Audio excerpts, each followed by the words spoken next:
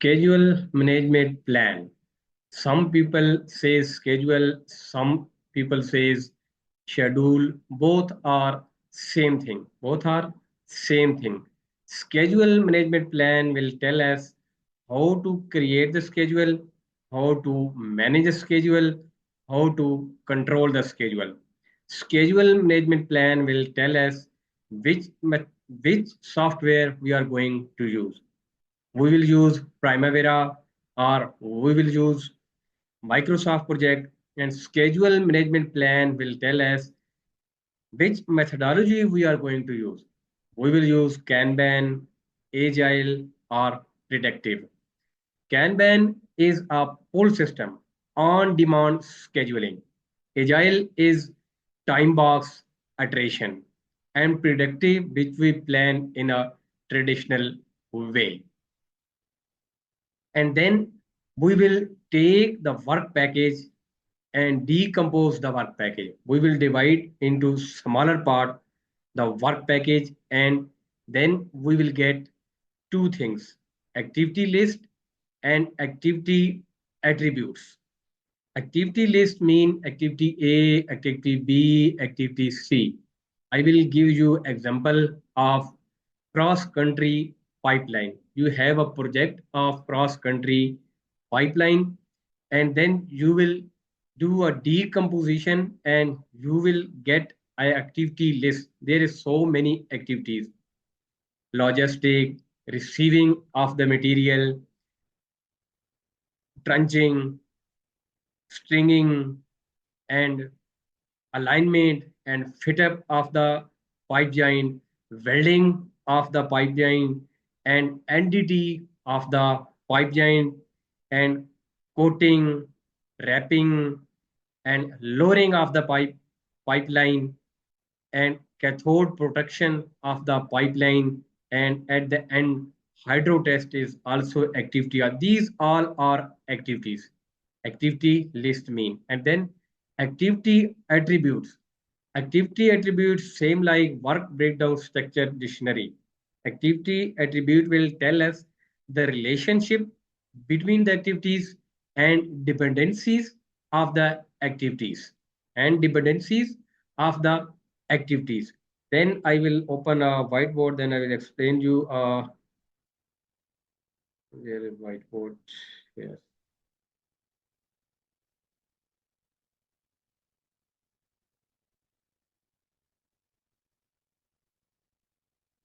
Just wait for a while. No whiteboards is opening.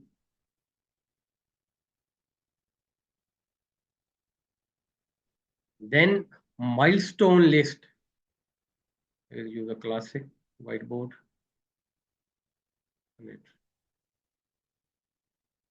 Milestone list. Milestone is a significant point in a project that has zero duration.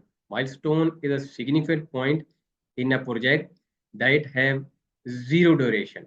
That have zero duration. For example, we have a project of 2 years, and milestone here, milestone, milestone second, third, fourth, fifth, and sixth.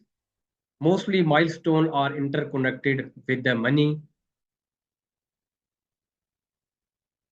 For example, I will give you example of the hydropower plant. When you will install the draft tube cone, that is your first milestone. And when you will install the first pipe of penstock at the site, that is your second milestone. And when you will complete the spiral case, that is your third milestone. And when you install the runner, that is your fourth milestone. These are the milestones. And then I will explain you the activities: predecessor activities and successor activities. Predecessor, which comes before you, your father, grandfather, or predecessor, and successor, which comes after you, your son, your daughter, or the successor. There is four type of activities. I will explain you. A activity B. There is four type of activities relationship. Four types of activities relationship. First one is finish to start. First one is finish to start. First activity relationship is finish to start. When activity A will finish, then activity B will start. I will give you example of hydropower project. For example, you are doing fabrication of penstock pipe and there is half shell. There is half shell. First, you will do the fit up of the half shell. When fit up of the half shell will complete, then you will start a welding. This is finish to start. When the fit up of the joint will finish, after that you will start the welding. Or when you will finish the welding of the joint, when you will finish the welding of the joint, then you will start the NDT. This is finish to start relationship between these two activities, activity A and activity B. When activity A will finish, then you will start activity B. Then start to start. Other relationship, second relationship is start to start. Both activities start at the same time. Both activities start simultaneously. For example, we are doing the fit up of the half shell, and half shell there is two joints, A and B. We will start the fit up of the both joint at the same time. If we will start fit up of the joint A first and then second, then we cannot get the accurate dimension. So we will start the fit up of the both joint at the same time. This is start to start. This is start to start. For example, I will give you another example that is very easy example. When you will turn AC on, the compressor start running automatically. Both activities start at the same time. And third relationship is finish to finish. Third relationship is finish to finish. Both activities finish at the same time. Both activities finish at the same time. For example, you are driving a car and you turn the LCD or tape on, or tape was running in your car, and when you reach your home you turn the ignition off, and LCD or tape that was running in your car, it is automatically off. So both activities finish at the same time. Both activities finish at the same time. And fourth relationship is start to finish, that is very rarely used in the project. Start to finish. Four activity relationship is start to finish. There was a plan when activity A finish, then activity B start. But start to finish, before finish of the activity A, activity B has started.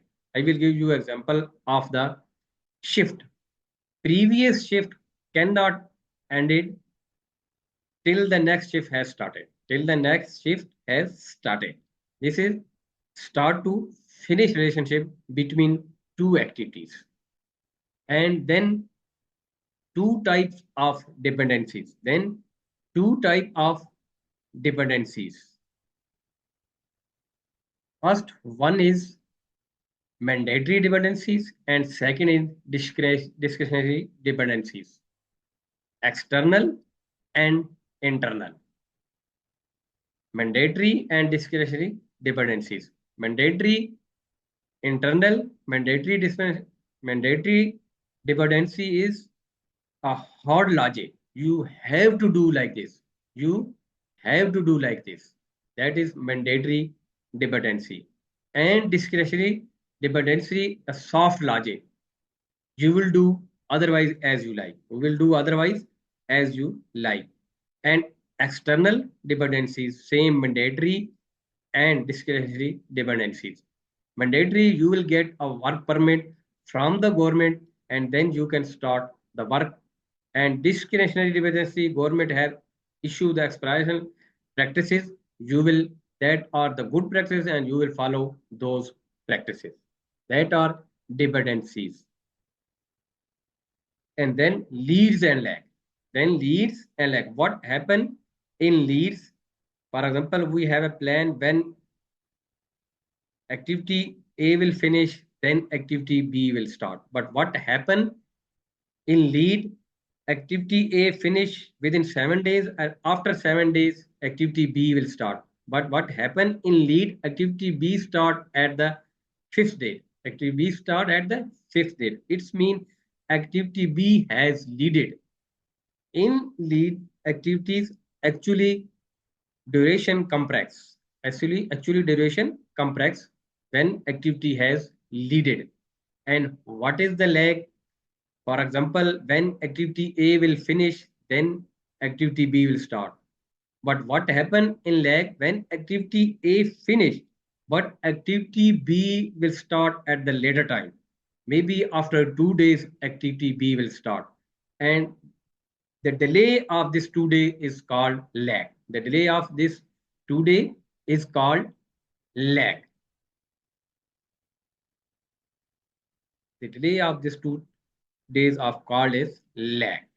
This method, I will explain you activity. I will explain you the critical path method, activity A, activity B, and activity C, activity D, activity E,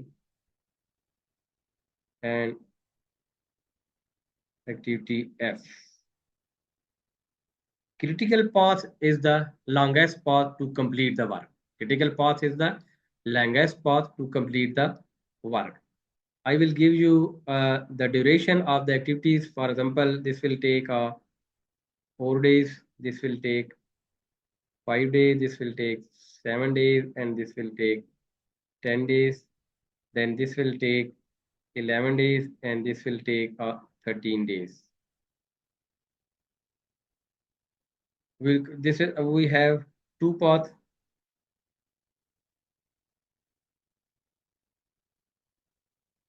We have two paths, this one and then this one.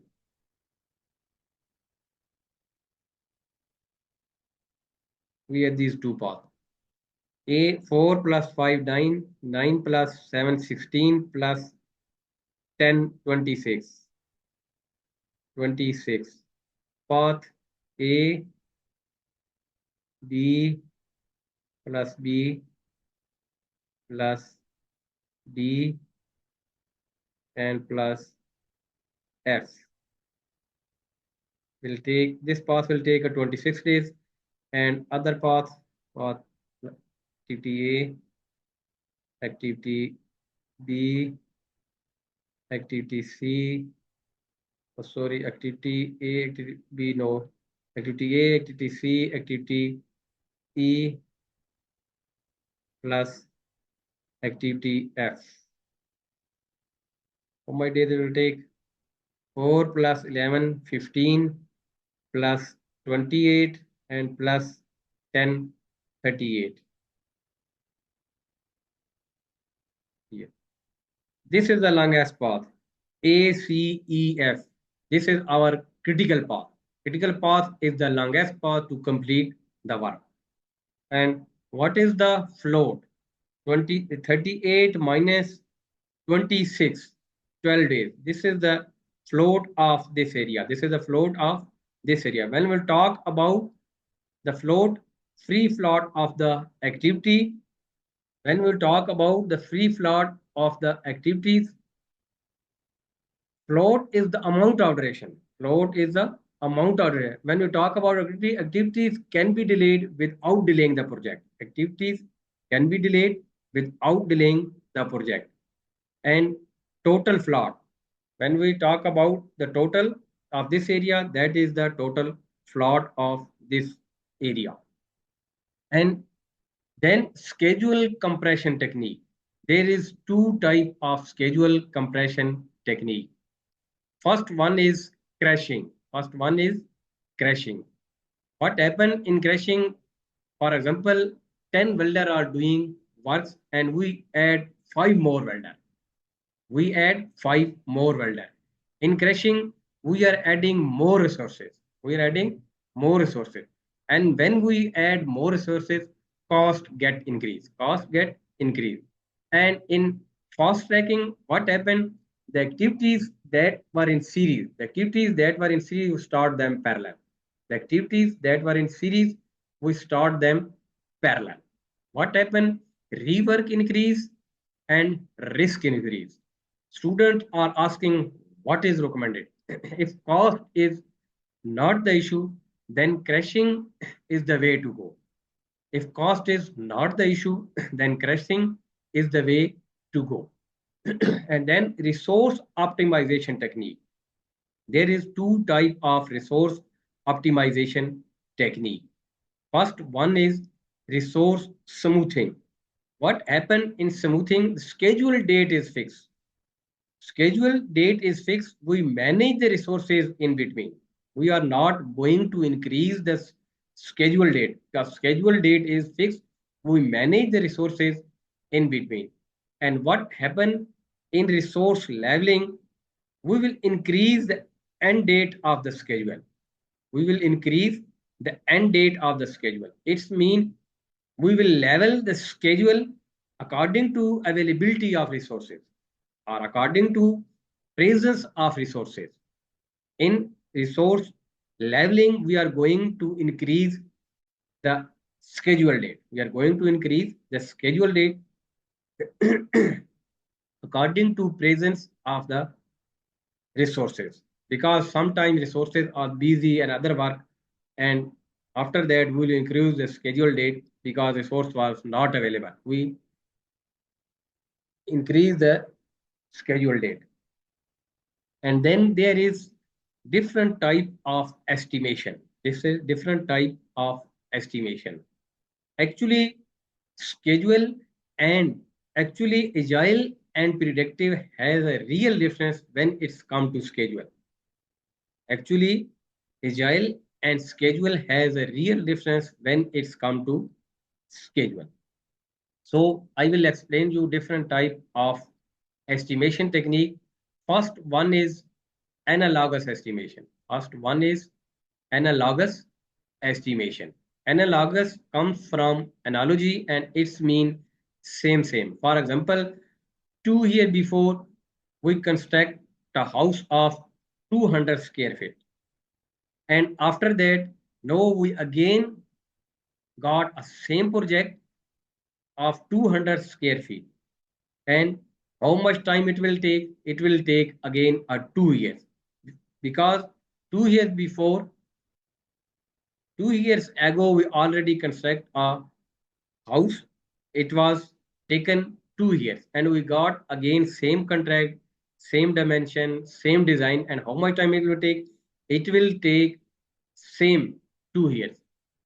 This is analogous estimation. And then second is parametric estimation. Second is parametric estimation. What happened in parametric? We got a contract of house containing 400 square feet, containing 400 square feet, and we multiply 200 square feet taken 2 years. We multiply 2 by 2. How much time it will take? 4 years. So we are using parameter here. That's why this is parameter estimation technique. And second is, third one is bottom up estimation. Third one is bottom up estimation. We are adding small activities from bottom to up.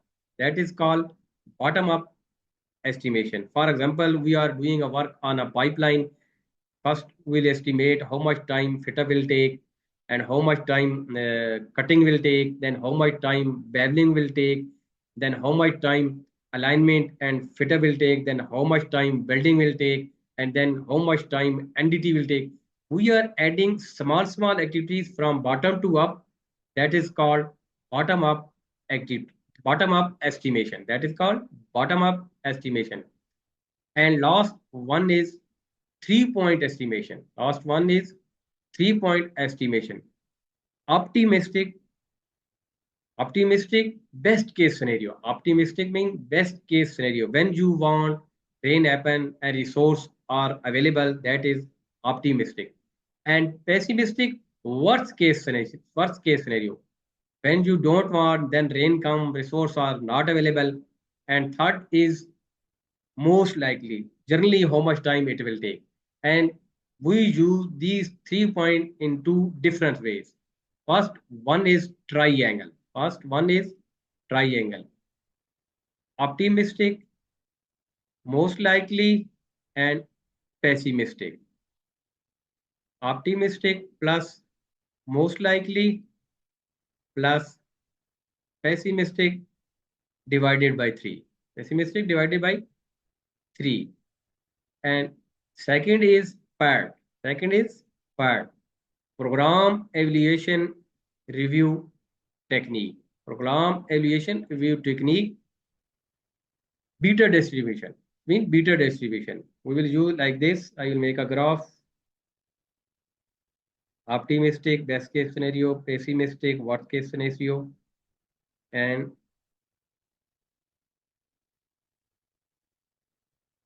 four time most likely. Four time most likely. Optimistic plus four time most likely plus pessimistic divided by 6. Pessimistic divided by optimistic plus 4 times most likely plus pessimistic plus divided by 6. Students are asking when information is not given, which formula to use. When information is not given, then you will use this formula and you will use PER, beta distribution. Then you will use beta distribution. For example, this activity will take 30 days, 50 days, and 60 days.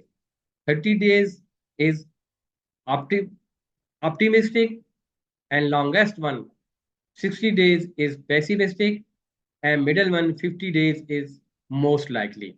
50 days is most likely. This is all about schedule management plan and how to create the schedule baseline. I will already explain to you how to create the schedule baseline. Please do hit the bell icon and subscribe my channel. Actually, this thing motivate me. So do this one, and when I will upload a new video in future, then you will get a notification for that video and learn more about PMP.